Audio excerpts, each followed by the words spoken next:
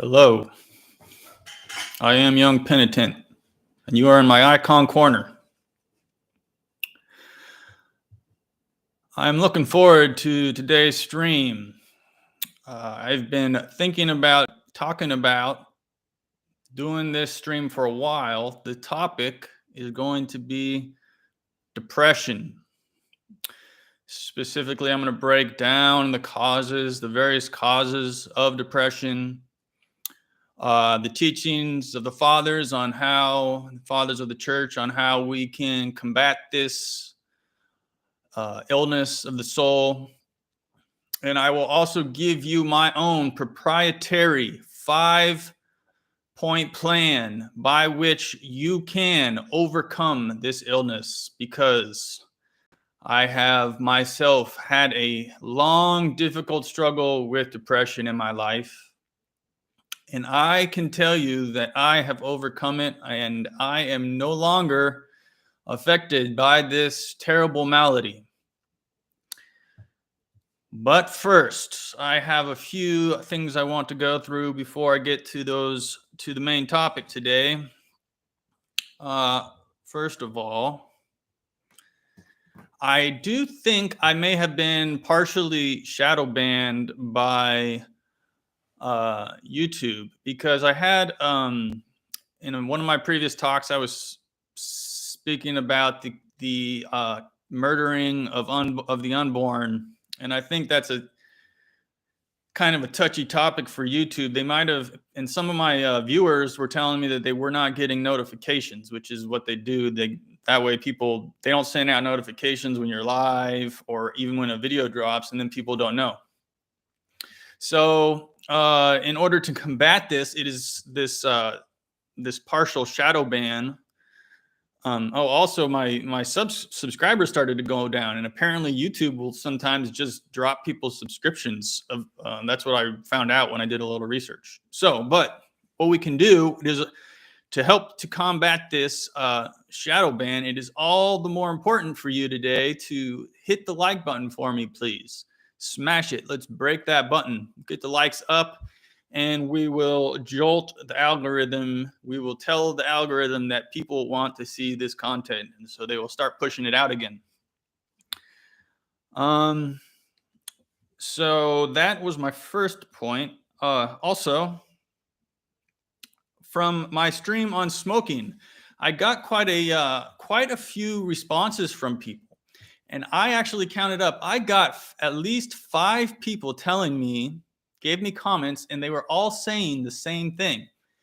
They were saying what I was trying to sort of skirt around this, but what they were saying about smoking is that it's not a sin unless you are addicted, and it is kind of between you and God, so to speak. Like, it's getting in the way of you and God. If it gets in the way, that's what makes it a sin, not necessarily smoking in itself.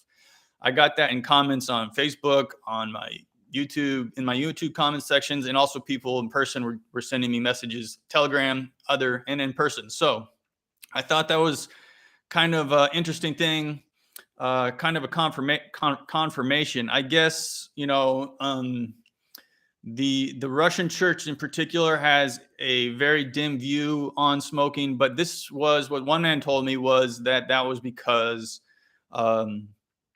the Russian church equates smoking with addiction. So they are assuming that if you're smoking, that means you're addicted. They don't have a conception in that culture of smoking occasionally without having it being a problem. So I wanted to bring that up. And finally, before I get to the bulk of my stream today, I want to say that I have an announcement, but I'm going to wait. I have an announcement for everybody, but I'm going to wait till the end of the stream. So stick around, and I will tell you that at the end. Now, this stream, I did quite a lot of preparation. I have 4. I don't know, this stream might take a while to get through, because I have 4 pages of notes for this stream, that's like twice as much as the minimum amount of notes that I've taken for any other stream. So this I did quite a lot of research for this one. I actually did some reading. I forced myself to work through this book, which I have here. It's called Mental Disorders and Spiritual Healing, Teachings from the Early Christian East by Jean-Claude Larcher, which is, I believe, a French author. And this book, it's actually an academic work, but it's actually one of those rare academic works that's really well written and readable, and it doesn't put you to sleep. It's not really difficult. It's not too difficult to get through, you know. And I found this. I had this book on my shelf from years ago, and I've read it before, but I reread through most of it, and it really breaks it down on a granular level. It gets down to quotes from the Holy Fathers and everything, and it was really helpful for me in preparing this talk. So I'm going to give a brief overview of this book. So he has 5 sections in this book. And the first section he calls anthropological background, the human composite, which he's basically talking about the body as being, or the human being being both body and soul. And I'm going to go into this a little bit. The second part is insanity due to somatic problems, which means somatic is like physical problems of the body. And I'm going to go into this as well. The third section was insanity of demonic origin.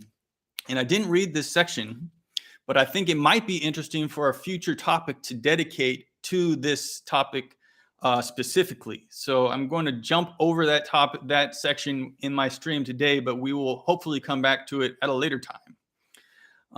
I sort of think what I'm sort of doing here is I'm niching down on my channel here now, and I'm sort of like starting to do more streams about mental illness and, you know, that angle, because who else but me can take that angle, really? I mean, with my history of serious mental illness and everything that people know, if they've watched my video where I talk about my journey to orthodoxy.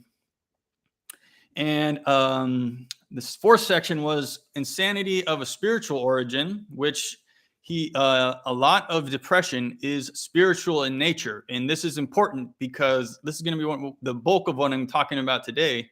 This is important because it means we have agency. We have an ability to fight with our will and get with the engagement of our will against this passion, the passion of sadness. And finally, he also has a section on the fool for Christ, which I do. I don't want to make any promises, but because promises are made to be broken. But I do intend at some point in time to do an entire stream. I would like to do that. So I will, what the heck? I promise you that I will endeavor to make a stream on the fools for Christ. I think that would be an excellent topic for my channel. So jumping into it, anthropological background. This is the groundwork. So the human being is made up of 2 natures and 1 hypostasis. Hypostasis is a word which is, well, I can't even explain it. This is sort of like comes from a Greek term, and it's sort of like a blending of 2 things into one. So I think this is important because as I will, when I was talking about my own personal journey into orthodoxy, I had I think I talked about, I may not have talked about this, but I will talk about it in the end when I'm talking about the purpose of life, how you have to figure out the purpose of life, and to find that out, it's good to have a good understanding of the reality of the spiritual reality that we live in. And so I was thinking, when I was 20 years old, I came to the conclusion, I was thinking, I was sitting, pondering, looking up into the sky, and I was like, what is the mind?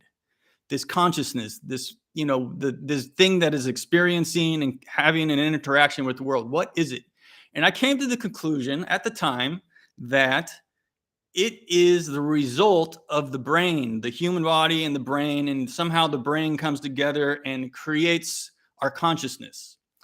And I think a lot of people probably, if they were trying to if they were using their own reasoning, they would probably come to the same conclusion. And a lot of people probably have this same, it's a materialistic worldview. But it is actually not the teaching of the church. So I'm going to bring up a quote here. The church teaches that the body and soul are two separate things that have their own existence. So the quote is from Saint Nicetas Stithatos, the divine word, far from establishing that either one or the other of the two natures existed previously, that either one or the other was the basis, the cause, or the effect of the other, either the body in connection with the soul or vice versa, to the contrary, has united two natures without any confusion into a single unique substance. So this negates that whole idea that I had thought up of, oh, the mind comes from the body. No, they don't come from each other. They have their own natures, which we will find out comes from God. Here's another quote. Saint Gregory of Nyssa affirms, as far as the creation of each individual is concerned, one principle does not precede the other. Neither the soul comes before the body, nor the other way around. It is a truth that neither the soul exists before the body, nor the body apart from the soul, but the two have a common origin. And that origin is God. So the body is created by God. At the moment of conception, the body and the soul are both created by God, and they have their own existence. The soul is immortal. When the body dies and it starts to decompose and return to the earth, the soul lives on, and eventually at the resurrection of the dead, the body will be reunited with the soul, and they will both live on into eternity at that point. So the soul animates the body, and the fathers have sort of they have looked at this issue of the soul and what are the parts of the soul.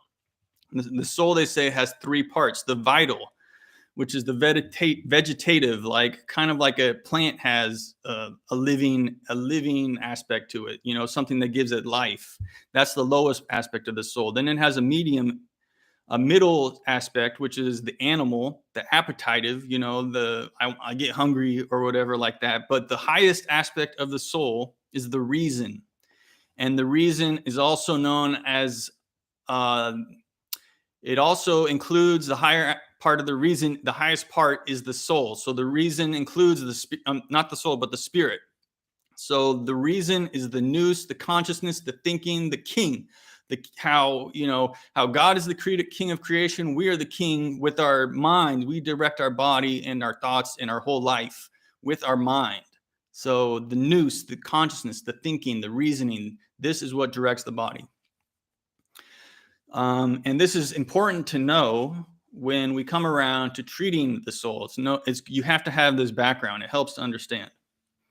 Now, there are also, besides, now I'm going to go into this section on next, is the section on insanity due to somatic problems, which is not the ultimate, what we're talking about at the end of this show, but this is like, for example, somatic problems mean physical problems. So like, for example, people can get delirium like an alcoholic. An alcoholic, if they've been drinking a lot, they stop drinking and they don't have access to alcohol, they will have symptoms that are like insanity, but these are not mental illnesses. These are actually physical illnesses of the body. Another example is a person can have hallucinations if they ingest certain substances for like drugs or mushrooms or something like that. Also, a body can become mentally ill from a vitamin deficiency. Now, if you remember, you may remember my talk on my interview I did with Theo Wadman, and he was saying that schizophrenia is actually a vitamin B3 deficiency. And this idea actually comes from the fact that we have a disease called pellagra. Pellagra was a disease that was actually a vitamin B3 deficiency. People didn't know it until maybe 100 years ago. But then they figured this out, that if, there were these, for example, this was happening a lot in the American South. The poor blacks were eating diets almost entirely of hominy cooked in lard. And it was just a low in vitamins, this diet that they had. And they started having pellagra. And the symptoms of pellagra, it can lead to psychosis. And this psychosis is indistinguishable from the psychosis of a schizophrenic. And there was actually, so this is where the idea that giving vitamin B3 could cure schizophrenia. Actually, there's a doctor, a Canadian doctor named Abram Hoffer, who back in the 50s and 60s was doing research with niacin. And he was giving people mega doses of vitamin C and B3 in his clinic. And he claimed that he was curing schizophrenia with these two nutrients at 80% success rate. And this has never, I don't think this has ever been successfully duplicated. So this may not have been, who knows if this was actually, good research or not, but that was the origin of orthomolecular medicine, which is what Theo Wadman, he does orthomolecular regenerative farming. So that was sort of the Abram Hoffer was he basically coined that term he didn't coin the term orthomolecular medicine. That was Linus Pauling later on, but he was basically the one who first started with this whole idea of megavitamin therapy. So that is the insanity due to somatic problems. Now, finally, here we go. This is what the good stuff is. We're talking about insanity of spiritual origin. And if you have depression, we're especially talking about depression today. If you have depression that is a spiritual origin, this is actually a hopeful thing, because it means that if you start leading a spiritual life and doing these things that we're going to be talking about, you can actually overcome your depression. And that happened in my case, and I hope it will happen in yours. So there are, according to the fathers of the church, there are 4 different causes of sadness, and sadness being the spirit of sadness is actually known to be a demon. There's the spirit of sadness is the demon that causes sadness. And this is, so it's a passion according to the fathers. And the first cause can be unfulfilled desire. So you want material things, you want to be rich, you want a house, you want a job, you could want sensual pleasure, you want to have relations, some sort of intimate relations with some particular person, you want glory, you want honor. Any of these things that you are desiring but you're not getting can cause you to be sad for not having those things. Another cause can be anger. Someone offends you, you get angry at that person, and then you start to feel bad for it. By the way, humble people, this only happens if you are taking offense from something that someone does. Humble people do not take offense at anything. Also, grudge bearing of a grudge, and remembering wrongs are related to this.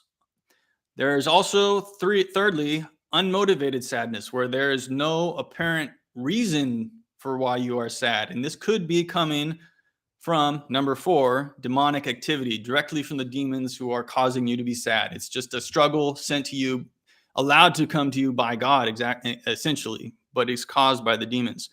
Interestingly enough, the fathers of the church say that this is our fault, and they start talking about something that I would equate to terrain theory. Now, terrain theory was something that people started talking about during the pandemic, how the reason that people are getting sick was not because of a virus, they said, but because you have a susceptibility to illness. And the fathers have actually, this is interesting, they have a similar teaching when it comes to spiritual illness. So let me, what page was it on? Here we go. So I will read. Even when the demons give rise to or maintain these states of despondency, they can do so only because they find a favorable terrain in the soul. and benefit from a certain participation, more or less conscious of the individual's will. So we're just essentially we're allowing this demon of depression, this sadness, we're allowing it to affect us. And I have a quote here from St. John Cassian. He says, well, to preface, it says, however external events might arise and motivate sadness, it, quote, must be stressed that such is truly not its real source. They are the occasion, not the cause, which rather lies uniquely in the very soul of the individual, and more precisely in the attitude adopted with regard to himself and exterior events.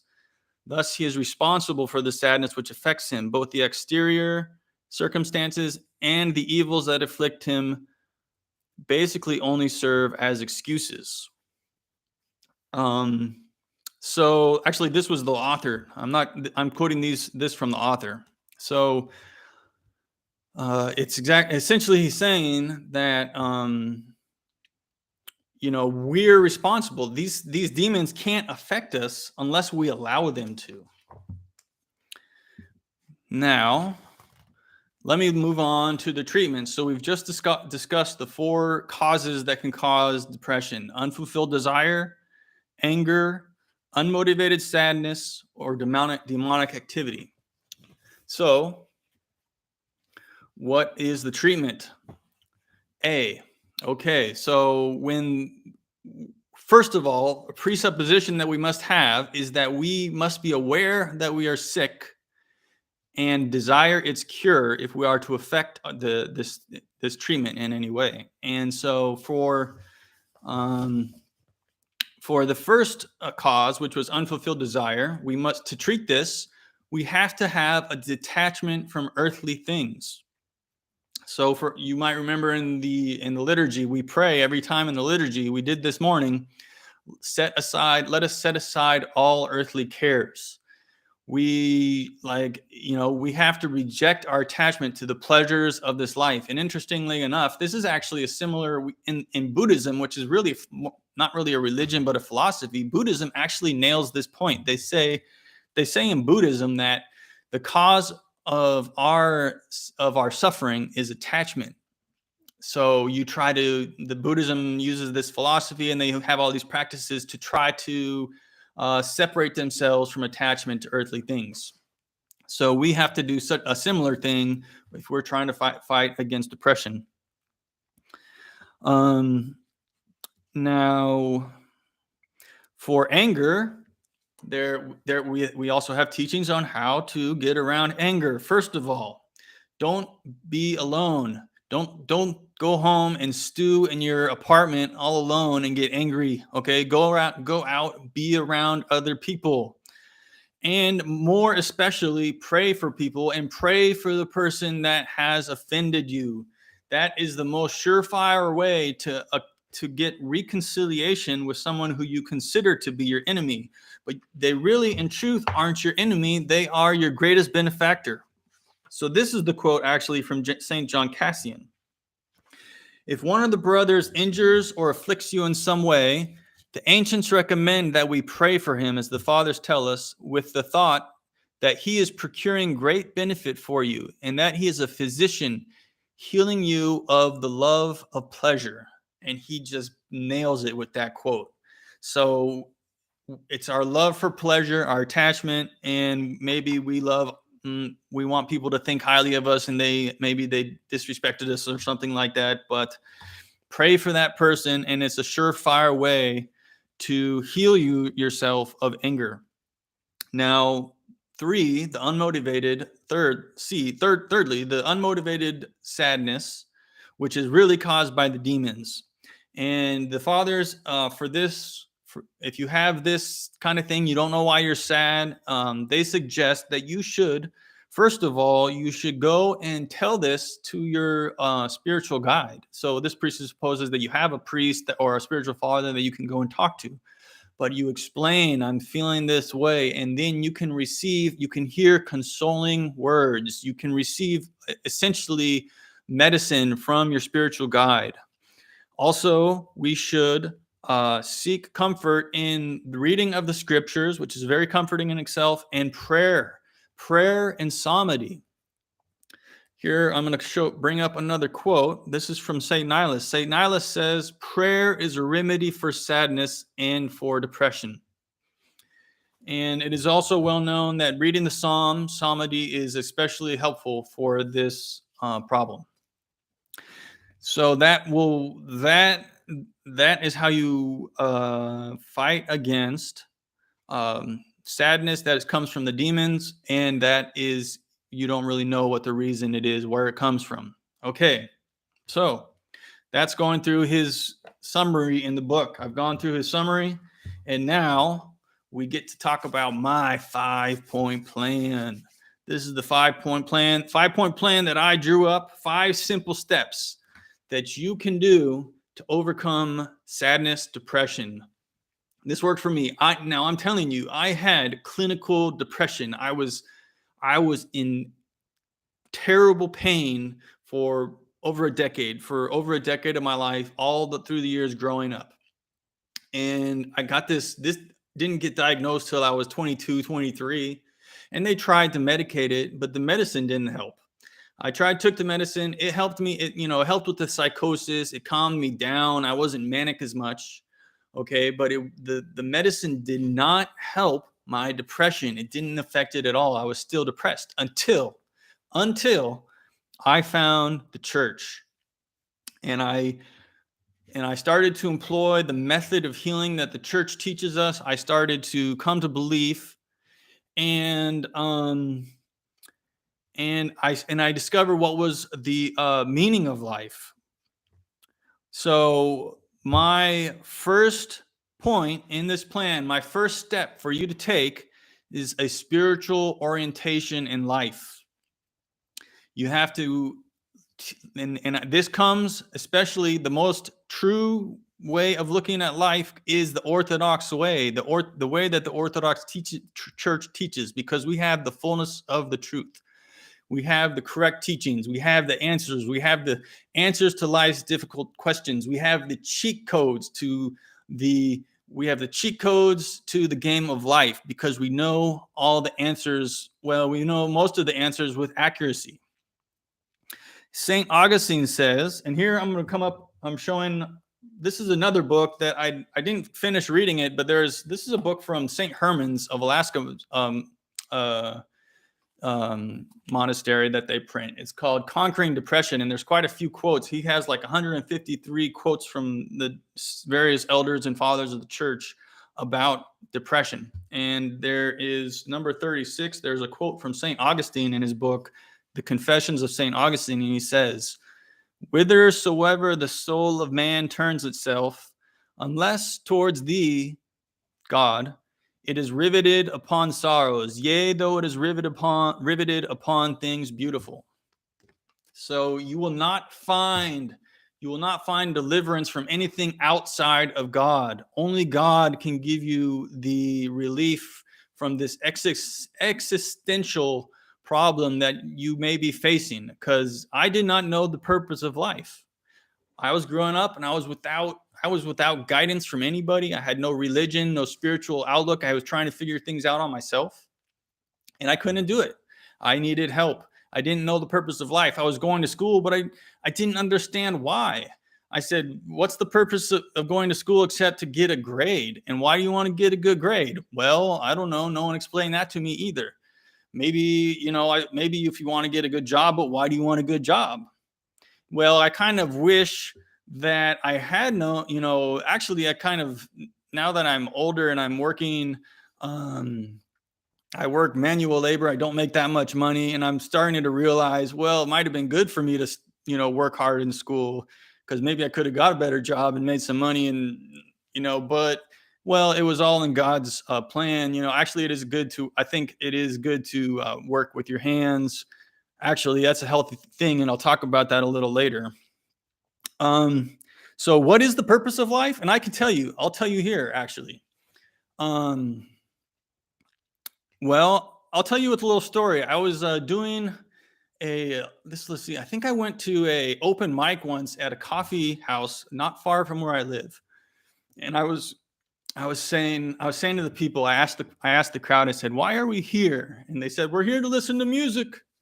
I said, no, that's not what I mean. I said, why are we here? What's the purpose of life? Why were we created? And I said, I know why. And all of a sudden, all the eyes of everyone in the coffee house fastened on me. I said, we were created to spend eternity in paradise. How does that sound for a reason to live? That is a hopeful view of life, and that is what the church teaches. We were created to spend eternity in paradise, and to get there, it's helpful to use all the tools that the church gives us. So, a spiritual orientation in life. Let's see, do we have...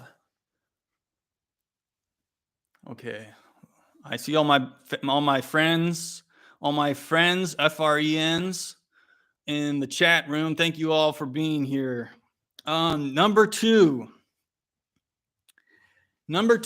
get outside, breathe some fresh air, and exercise. This is something that everybody should be doing already anyways. If you're just holed up in your apartment and you're just sitting in front of your computer all day, and then you go and maybe you're staying up late watching YouTube videos or something, and you're not, you don't get outside, this is actually going to be a somatic cause for mental illness. It actually could be contributing to your depression. So if you don't ever exercise, you don't ever move, at the very least, open the door, take a step outside and go walk. Get out, get in the sun a little bit. It's kind of hard this time of year when it's dark and dreary, but just go outside and move, go out in nature. This is the thing that Russians especially like to do. And this is actually, they like to go out and commune with nature, which is also, Russian Orthodox in particular. This is something that they is part of their spirituality in fact. So maybe go out and do a nature hike. I personally, for exercise, I like to lift. You go, you lift, and you exert yourself, lift something, the heaviest thing that you can possibly lift. And it's the most difficult thing you're going to do in your week. And when you come home, you're going to have dissipated all that extra energy and angst and anything like that. So I personally recommend walking, hiking, or lifting weights, but you can do what you like. If you like to swim, you like to ride a bike, whatever it is, get outside and get some exercise. Number 3, dial in your diet. If you're eating the standard American diet, it is a sad diet. It is not a good diet. We're eating processed foods and foods cooked in seed oils and foods with chemicals and preservatives. I spent about 10 years of my life with an interest in learning about nutrition, and I can just save you guys a lot of time. I can boil it down for you, how to dial in your diet. Basically, you want to eat whole foods. You could something that you could buy at the farmer's market or on the outside perimeter of a grocery store that doesn't come in a package. If it's in a package and it's already been prepared, it's probably going to have all these ingredients that you don't want to eat. So eat whole foods, grains and meat, vegetables, cheese, whatever, just real whole ingredients. And also, it might be helpful. I believe that supplements can also be helpful. So get your vitamin D level up. You want to shoot for around 70. Maybe go to your doctor and ask him, because the doctor, if he runs blood work, he's not going to check your vitamin D level. You have to ask him to add that to your blood work because it costs extra money. But ask him, get your vitamin D level checked. The first time I ever did that, my D level was in 20s. And they say, I think 30, you want to, I don't know, the minimum, whatever the RDA is, it's not a good level. You actually probably want double what what they're recommending. They're recommending like 30 or something like that, which is too low. Well, according to my doctor, you want to shoot for about 65, 70. for your vitamin D. So take some supplements, some vitamin D, some fish oil, maybe a multivitamin or something like that. I actually like vitamin C. That's a cheap one, and it's actually really good for your health. That's number 3, dial in your diet. Number 4 is regular participation in the sacraments. Now, this presupposes that you're an Orthodox Christian. If you're not an Orthodox Christian, you can do something about that. You have work to do.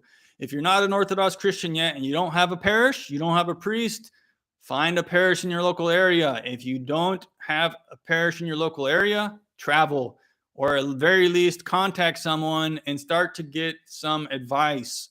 Once you are in the church, go to confession and go to communion regularly. My priest, he was teaching a class recently, and he said the sweet spot is about every 3 weeks at least. You should be communing about every 3 weeks. That's what my priest recommended. When you go to confession, you unburden your conscience, and you heal, and you also receive guidance. So you can hear consoling words from a priest if you reveal to him that you are struggling with sadness. And the preeminent sacrament is communion. Communion is light and light giving, life and life giving. It is life itself. You are eating life itself. And this will help you. A regular participation in the sacraments will help to lift you out of depression. Number 4. No, that was number 4. Number 5, finally, is quite an obvious one. You don't have to be a genius to figure this out. It is to pray. Pray to God. Pray to God for help with your depression, struggle. This is a passion. This is a demon fighting against you. So I understand if you are out there listening to this and you have depression. I've gone through it myself. You might, maybe someone has gone through it worse than I have. That's entirely possible. But I've felt some pain for quite a few years, and I tell you, there can be hope. There is a God that cares about you, and he loves you, and he wants to help you, and he can. And I believe that he can. And if you follow this plan, he will. So pray a prayer rule, and most especially pray the Jesus prayer and the Psalter. Exactly. Brother Gavin 11 says the Psalter is a great antidepressant. And I agree wholeheartedly. Now, here's another trick in regards to prayer that I found actually particularly helpful. Thank God. Say thank you for this struggle that he is giving you. Sounds paradoxical, but if you thank God for this struggle, for this depression, it flips the depression on its head. It takes all the power, all the air out of it. And you will feel a burden lifted from your shoulders if you thank God for the depression that you are going through. And as a final note here, I would like to say that all the suffering that I went through, and this is a reason why you can thank God, all the suffering that I went through in the past has been for me a hidden source of strength. I can now face life. Life seems easy all of a sudden without depression. It's like a weight lifted off of my shoulders.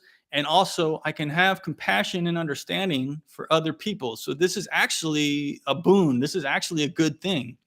It can be once you overcome it. Those are my 5. That's my 5-point plan. The 5 simple steps that you can take to overcome depression. 1, to recap, 1, a spiritual orientation in life. 2, get outside, breathe fresh air, and exercise. 3, dial in your diet. 4, regular participation in the sacraments. And 5, pray to God. And finally, on a final note, about despondency, which is caused by our sins. Sometimes, we're not so strong. We fall, we're weak, and we start to fall into these sins, and they feel terrible. They feel horrible. You start to feel horrible. You can't even face God because you're just such a terrible sinner. And we all do this. We all go through this. But do not lose hope, because despondency is an extreme form of depression, And if you despond, you are only compounding your sin. You're making your sins worse. It's close to blasphemy, because if you're desponding, you're saying to God that there is no hope, that God cannot forgive you, that your sins are too terrible to forgive, and that God has no mercy. You're basically accusing God of being merciless, being without mercy. And that itself is bordering on blasphemy, and it is a sin. So do not compound your sin by desponding.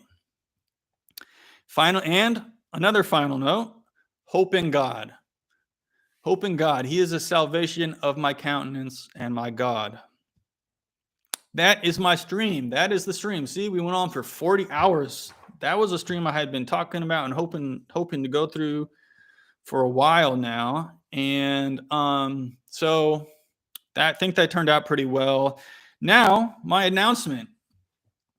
Oh, also, I wanted to say, if you're not getting it, well, a lot of people showed up today, so people must have been getting their notifications, and you must have been notified. Otherwise, you wouldn't have found out about the stream. So that's a good thing. Maybe I am being unshadow banned, or maybe it was only for a few days. Sometimes they do it only for a few days, but remember to hit the like button, because it helps me out. It helps other people find out about the stream.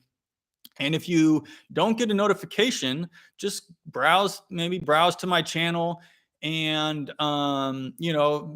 look if because I haven't missed it. I've been going on for months, like probably five or 6 months without missing every 5th day. So if it's the 5th day and you don't get a notification, go check my channel, see if it's there, because chances are it's there, because I haven't missed since I started this schedule.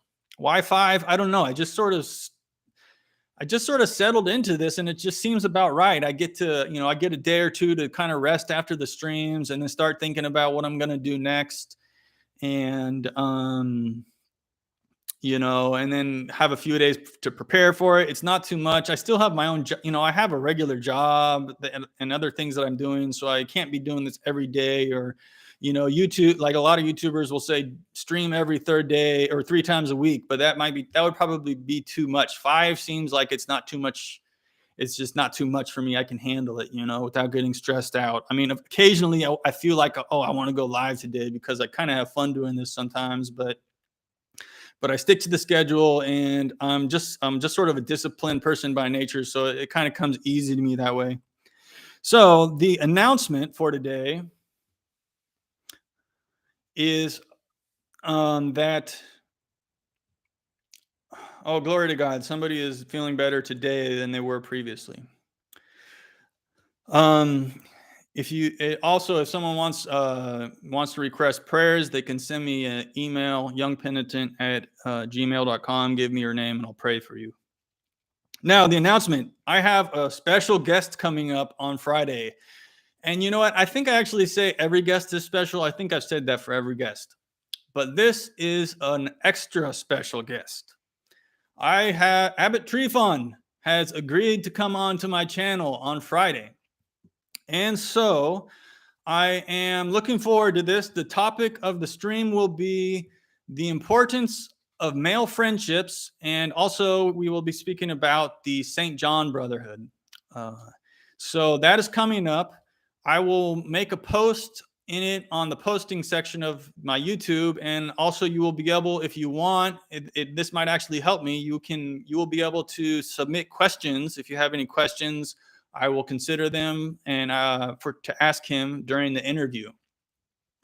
So that is coming up Friday at 1:30. So look forward to that. I am looking forward to it. I'm trying to prepare myself, and hopefully you will all be able to show up, and we can receive him graciously. So thank you, Abbot Trifon, for agreeing to come on to my channel. I think it was only a matter of time before it happened, but it looks like the time is right. So I think that stream went well today. I'm happy with that. So thank you, everybody, for watching, and I will see you all next time.